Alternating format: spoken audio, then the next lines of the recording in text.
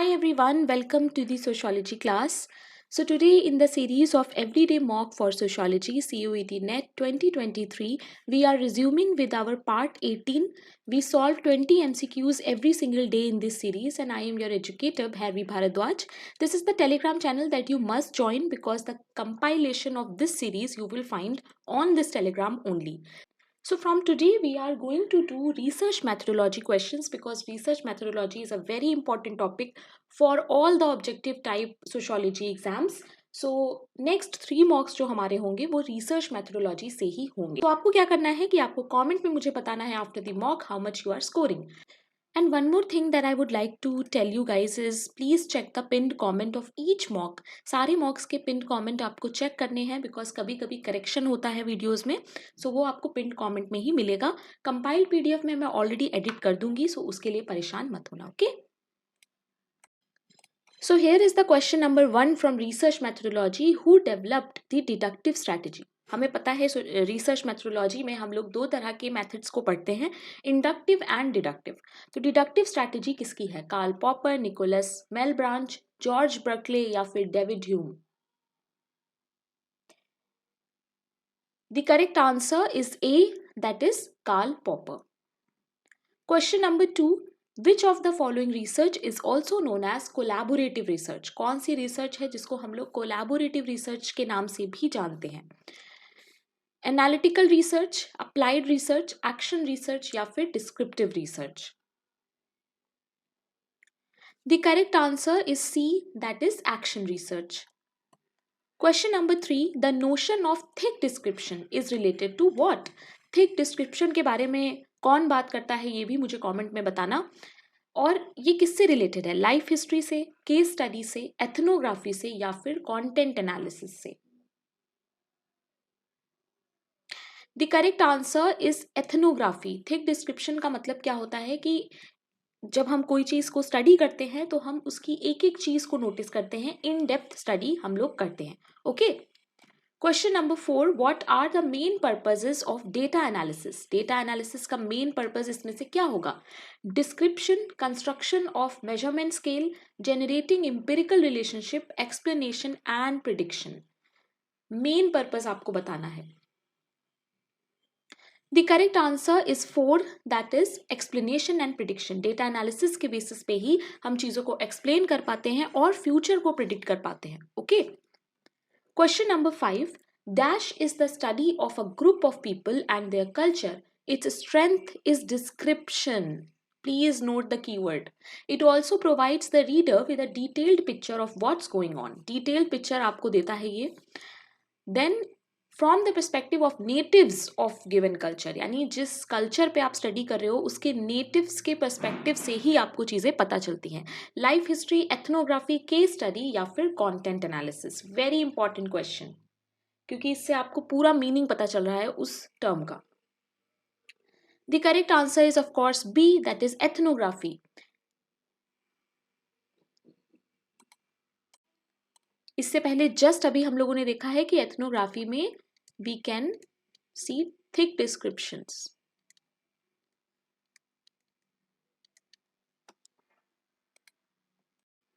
Question number 6. The term ethno refers to what? Ethno का meaning बताना है आपको.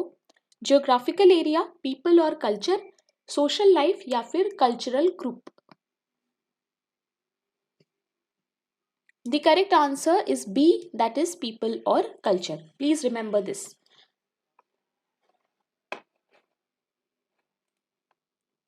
Question number 7. A planned and systematic attempt to study a specific problem that requires a solution is known as what? जब हम planned और systematic study करते हैं किसी एक specific problem की solution find करने के लिए, then what this is called? Problem formulation, hypothesis, cross sectional या फिर research? Very easy question. थोड़ा सा दिमाग लगाना है इसमें. सीधे सीधे यहाँ पर बात हो रही है रिसर्च की. हम रिसर्च क्यों करते हैं? रिसर्च का मतलब ही होता है कि एक सिस्टमैटिक तरीके से एक प्रॉब्लम को सॉल्व करना या फिर उसका सॉल्यूशन निकालना. Okay. Question number 8. The method of ethnography can be used in which of the following circumstances? अभी हमने एथनोग्राफी का मतलब देखा है पीछे क्वेश्चन में. अब आपको यहाँ पे बताना है कि कहाँ पर हम एथनोग्राफी को यूज कर सकते हैं। बहुत ध्यान से पढ़ो। While searching for the meaning of cultural norms and views, to understand the role of families and organization and their behavior, in trying to understand the reasons for the use of certain behavior and practices. या फिर सारे ही सही है, all of the above. I am giving you time. The correct answer is D, that is all of the above. देखो ethnography का मतलब क्या होता है, डिटेल स्टडी जब हम किसी पर्टिकुलर चीज की या पर्टिकुलर सोसाइटी की करते हैं, ठीक है। तो ये सारी ही चीजें हैं जिन पे हम एथनोग्राफी यूज करके स्टडी कर सकते हैं। Question number 9, which of the following is a final stage of research. Very important, stages of research मैंने एक वीडियो में ऑलरेडी बताई हुई हैं, वो बहुत इंपॉर्टेंट है, अलग अलग तरह से उसमें से क्वेश्चन बनता है, प्लीज उसको जाके देखना। Preparation of the report, analysis of data, hypothesis testing, generalization and interpretation. सबसे आखिर में हम लोग रिसर्च के क्या करते हैं। The correct answer is yes, the correct answer is A, that is preparation of the report। यानी हम लास्ट में रिपोर्ट प्रिपेयर करते हैं। Okay. Question number 10, which of the following anthropologists introduced and popularized the term thick description। अभी मैंने पहले question में already पूछा था और इसीलिए मैंने नहीं बताया था कि थिक डिस्क्रिप्शन हम लोग कौन से सोशोलॉजिस्ट से कनेक्ट या रिलेट कर सकते हैं। Clifford Geertz, Franz Boas, Raymond Firth या फिर Claude Levi Strauss. Very important question. The correct answer is A, that is Clifford Geertz। और याद रखना thick description is also like ethnography। Please don't get confused in both the terms, okay? Question number 11। आज के questions काफी basic और easy हैं, but CUET वालों के लिए इजी ही जरूरी है, बट नेट वाले भी इसको प्रिपेयर कर सकते हैं क्योंकि कभी कभी घुमा के क्वेश्चन इजी में से ही बन जाता है, ठीक है। सो सबके लिए ही ये क्वेश्चंस इंपॉर्टेंट हो जाते हैं। Now pure research is also known as what. Pure research को हम एक और नाम से जानते हैं, वो कौन सा नाम है। Fundamental research, exploratory research, action research या फिर एक्सप्लेनेटरी रिसर्च। और आपको मुझे कमेंट में बताना है कि एक्शन रिसर्च को अभी हम लोगों ने क्या बोला था। That means action research is not the correct answer. The correct answer for this question is of course A. Pure research को हम लोग फंडामेंटल रिसर्च कहते हैं और एक्शन रिसर्च को हम लोग क्या कहते हैं। एक्शन रिसर्च को हम लोग कहते हैं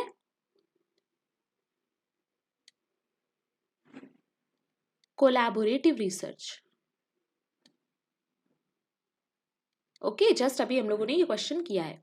question number 12, dash is also known as arithmetic average. मैंने स्टैटिस्टिक्स की एक क्लास ली है जिसमें मैंने मीन, मीडियन, मूड वगैरह बताया है, कैसे आपको पढ़ना है ये भी बताया है, वो क्लास जरूर देखना, वो बहुत हेल्प करेगी। तो स्टैटिस्टिक्स से क्वेश्चंस बहुत ज़्यादा टिपिकल नहीं आते हैं because you are a sociology student, you are not a math student और इकोनॉमिक्स स्टूडेंट। तो थियोरिटिकल पार्ट जो होता है स्टैटिस्टिक्स का वो आपको अच्छे से करना है। जैसे कि अब यहाँ पे क्वेश्चन है कि अर्थमेटिक एवरेज को हम और क्या कहते हैं, डिस्पर्जन, रेंज, क्वार्टाइल या फिर मीन। ये जितने भी टर्म्स हैं इनकी मीनिंग आपको पता होना चाहिए और इनका फॉर्मूला भी आपको पता होना चाहिए। Of course the correct answer is D, it is a very easy question. Arithmetic average को हम लोग मीन कहते हैं। Question number 13, dash research aims at finding a solution for an immediate problem facing a society. यानी तुरंत किसी problem का solution जब हम निकाल रहे हैं, इस रिसर्च को हम लोग क्या कहते हैं, अप्लाइड, डिस्क्रिप्टिव, क्वालिटेटिव या फिर empirical. Easy question. The correct answer is A, that is applied. Question number 14, dash of research problem is the first and most important step in the research process। ये जो step है ये सबसे ज़्यादा important है research के process में। कौन सा है वो step? Formulating, designing, selecting या फिर reporting।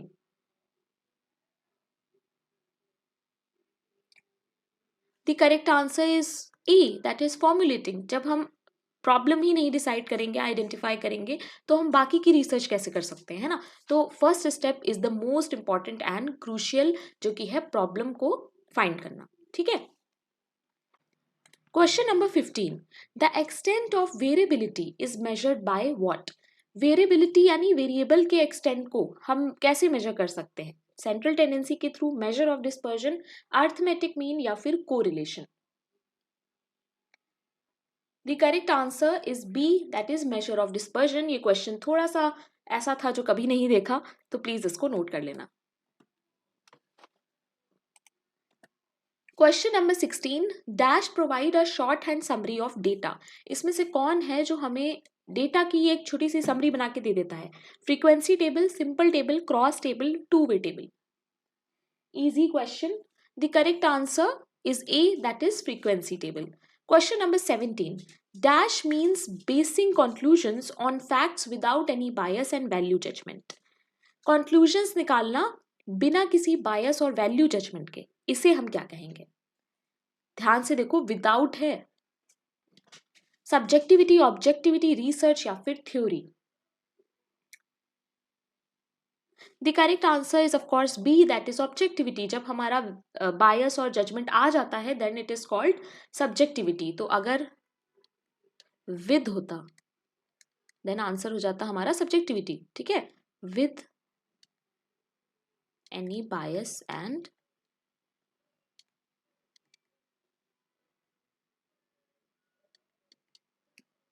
Question number 18, the dash type of questionnaire calls for a free response.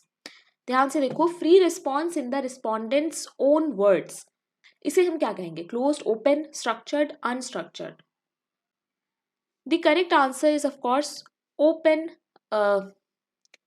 Questionnaire. Okay, देखो क्लोज क्वेश्चनेयर में क्या होता है कि क्वेश्चंस जो हैं वो बहुत ही ज्यादा क्लोजिंग होते हैं, लाइक यस और नो, ठीक है। ओपन में क्या होता है कि that you can go beyond those answers, आप अपना पॉइंट ऑफ व्यू भी उसमें बता सकते हो, ठीक है। Question number 19, research simply means a search for what. Research में हम लोग किस चीज के बारे में सर्च कर रहे होते हैं? प्रॉब्लम, फैक्ट, रिजल्ट या फिर topic? This is a confusing question but remember the correct answer is B. Research में हमेशा हम लोग फैक्ट्स के बारे में सर्च कर रहे होते हैं, ठीक है। Now last question of the day, the term focus group was coined by Powell, Merton, Dichter या फिर मिशेल। फोकस ग्रुप किसका टर्म है? Please remember the correct answer is C, that is Ditcher. Let me know in the comment section how much you are scoring out of 20. And don't forget to subscribe to my channel if you are a sociology student. You can go to playlist और playlist में आपको बहुत सारा material मिल जाएगा, so पढ़ना start कर दो. This is the Telegram channel. Please join the Telegram channel क्योंकि सारी important चीज़ें Telegram पे ही मिलेंगी. ये मेरा personal Telegram है, मुझे यहाँ पर मैसेज करके कुछ भी पूछ सकते हो related to sociology only, okay? और एक डिस्कशन ग्रुप भी है, वो भी ज्वाइन कर लेना। सो कल मिलते हैं। कल का टॉपिक यानी मॉक 19 जो है वो भी रिसर्च मैथोडोलॉजी से होने वाला है। Thank you very much guys, keep learning.